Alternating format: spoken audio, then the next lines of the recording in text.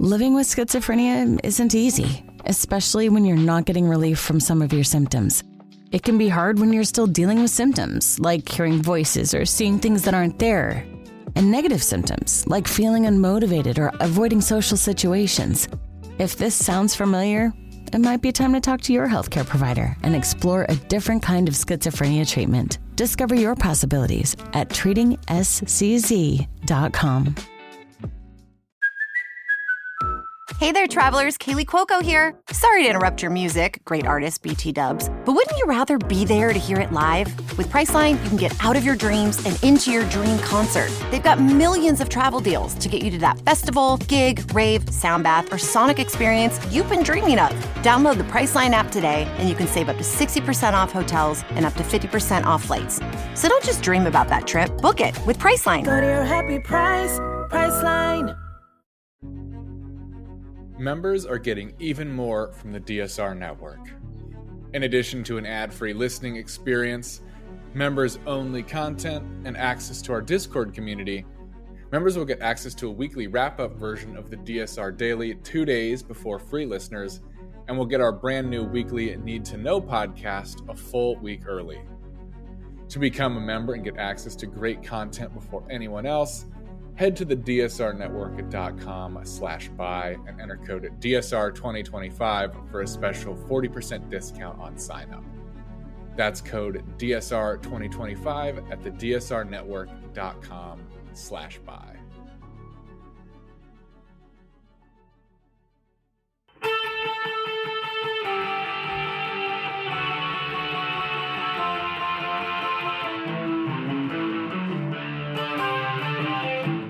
This is the Daily Blast from the New Republic, produced and presented by the DSR Network. I'm your host, Greg Sargent.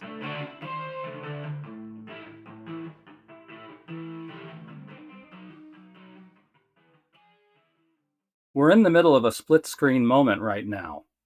On one screen, Trump's bullying, threats of retribution, and use of law enforcement against immigrants are ramping up in every way. This is supposed to make Trump look fearsome and strong. And indeed, his top allies are going full North Korea with the obsequious praise of him right now.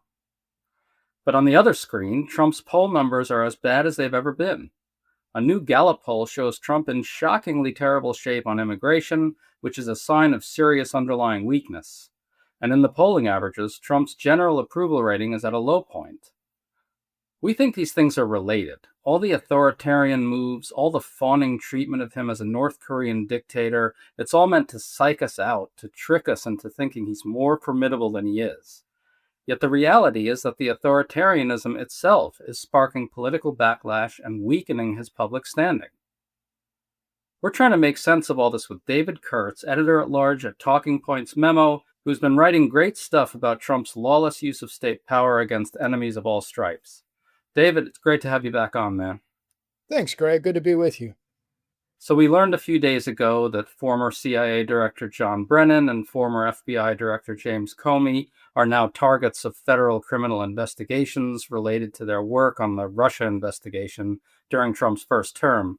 David, as you pointed out in your very good piece on all this, the White House press secretary lauded these new investigations, and Trump himself suggested that he thought the investigations are good. It seems to me that by itself is highly corrupt. Can you talk about all this? Yeah, look, I mean, the Trump Justice Department is clearly being run out of the Trump White House. And there is at this point no wall between the Justice Department and the White House any longer. That's a 50 to 70 year tradition and custom emerging from Watergate, but going back before that to try to provide some insulation from the over-politicization of execution of law enforcement. And that's gone now. It's just gone, period, full stop. Well, David, you're a lawyer if memory serves. What do you make of the investigations themselves? Or to put this another way, how corrupted can this process actually get? What is the worst case scenario at the end of the line there? Yeah, I guess I would say two things to that. One is that I think the investigations themselves are very bad and themselves corrupt because it's an intimidation factor. It's a threat. It is a warning to others not to cross Trump. It is a notice to officials in the government now and former officials of what can happen to you if you don't toe the line. And that is all in and of itself bad, toxic, undemocratic, and runs against the grain of the rule of law. It can get worse, right? If there are actual charges brought that are bogus, as I expect they would be, if there are cases brought that just don't meet the normal standards, and I don't know how they would meet the normal standards these days, right?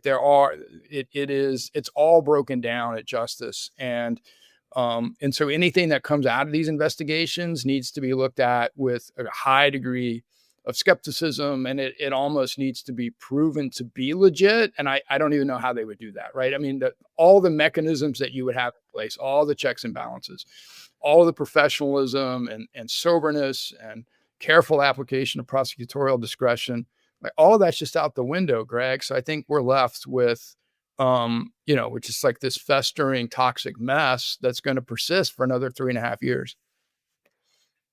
So you've got this split screen I'm talking about here, David. You've got this type of thing, which is really meant to make Trump look formidable and terrifying. Don't cross him. He's at the peak of his power right now. But on the other screen, he's in really rough shape in the polls.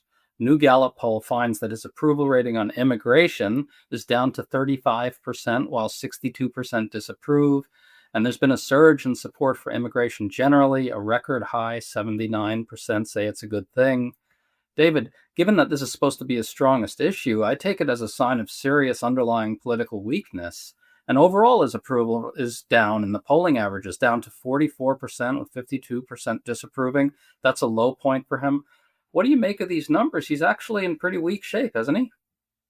Yeah, I think the rubber's starting to hit the road on some of these things, and it makes it harder for the public to sort of suspend its disbelief about what he's intending and what he's promising. Right? Yeah.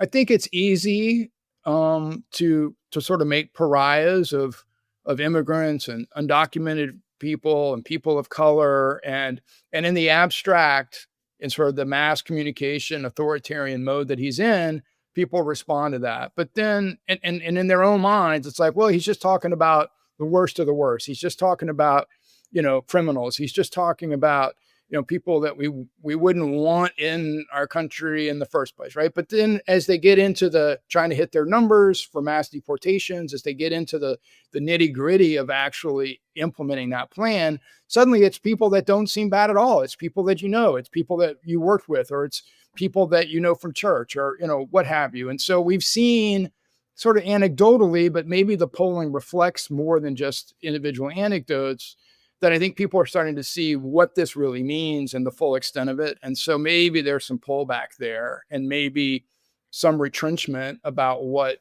the consequences of all this will really be.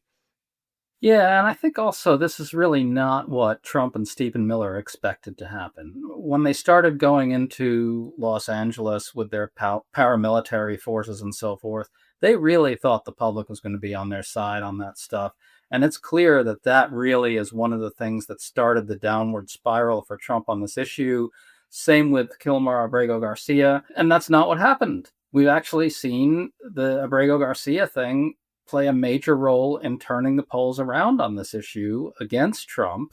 And to the degree that this is about the authoritarianism, the abuses of power, I think we can actually conclude that that's what's alienating people at this point. These displays of authoritarianism, whether it's threatening Harvard, threatening Comey and Brennan, or, renditioning migrants off to gulags in El Salvador. What do you make of it all?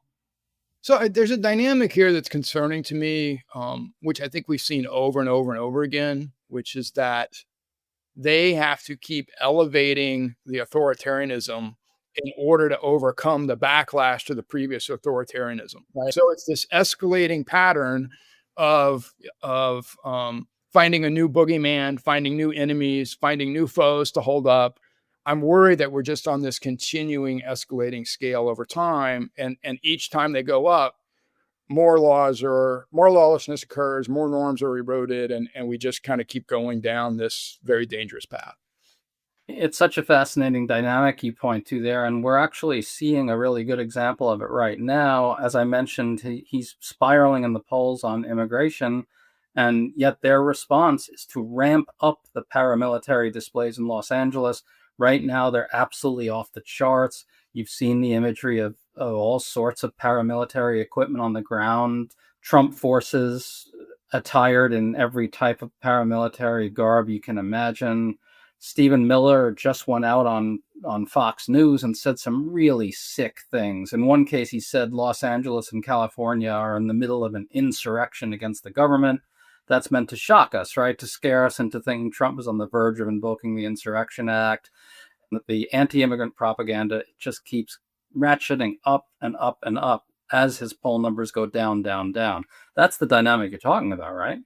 It is. And Greg, I think we're seeing just like the tip of the iceberg on this, or it's like a taste of what's to come, because the new, mega bill, the centerpiece of his legislative agenda passed, as my colleague Josh Kavinsky reported a few days ago, with, the biggest increase in funding for ICE or for any federal law enforcement that's ever been budgeted before. I mean, it's more than some countries spend on their military.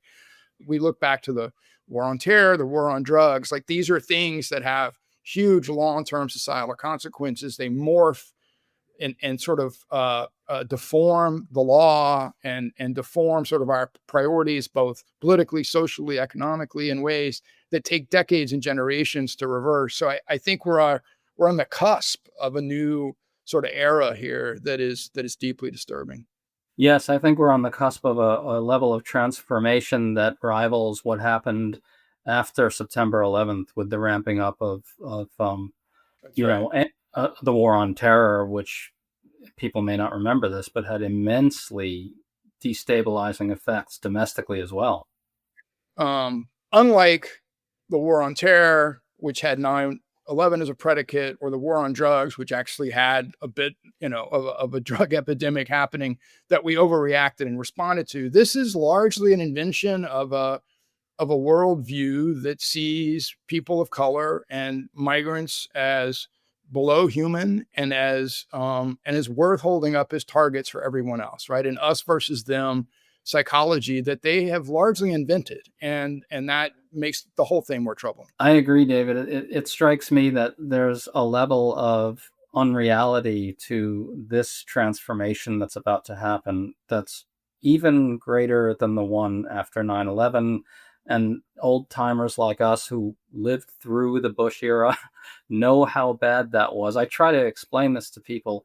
People don't know, who didn't live through it while being politically conscious. They're not really aware of how deeply in the grip of war fever and Islamophobia this country was after 9/11. I want to say one optimistic thing, though. What we are not seeing right now is a kind of retake of the mania that gripped the public during the Bush years. And I think that's a positive.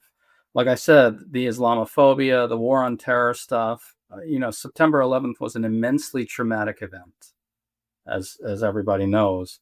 But what Stephen Miller and Trump are trying to do now is recreate that trauma by talking about the migrant invasion, and the public's not going for it. I have not seen anything as encouraging lately as the sudden shift against them on these issues. They thought they could do anything with their propaganda. The public could just be manipulated with great ease, they thought. And it's not happening. I think that's positive.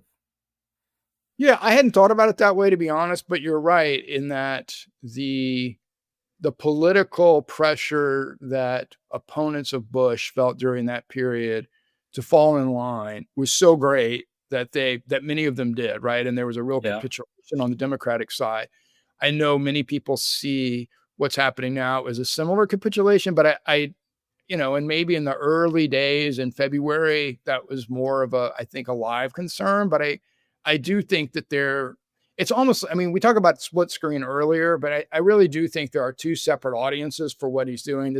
I'm not an original commentator on this point, and that the appeal that he has to his base and the people that voted for him and that continue to support him is energized by a lot of what he's doing, but it is not capturing sort of what we might think of in the old days as across the aisle in the way that it has before. On Friday, Trump visited Texas amid the horrific flooding there. Obviously, that's a profound tragedy. It's awful what's happening with all the children dying there. His top allies, though, they gushed over him during this visit in the most absurd ways imaginable. First, listen to Homeland Security Secretary Kristi Noem.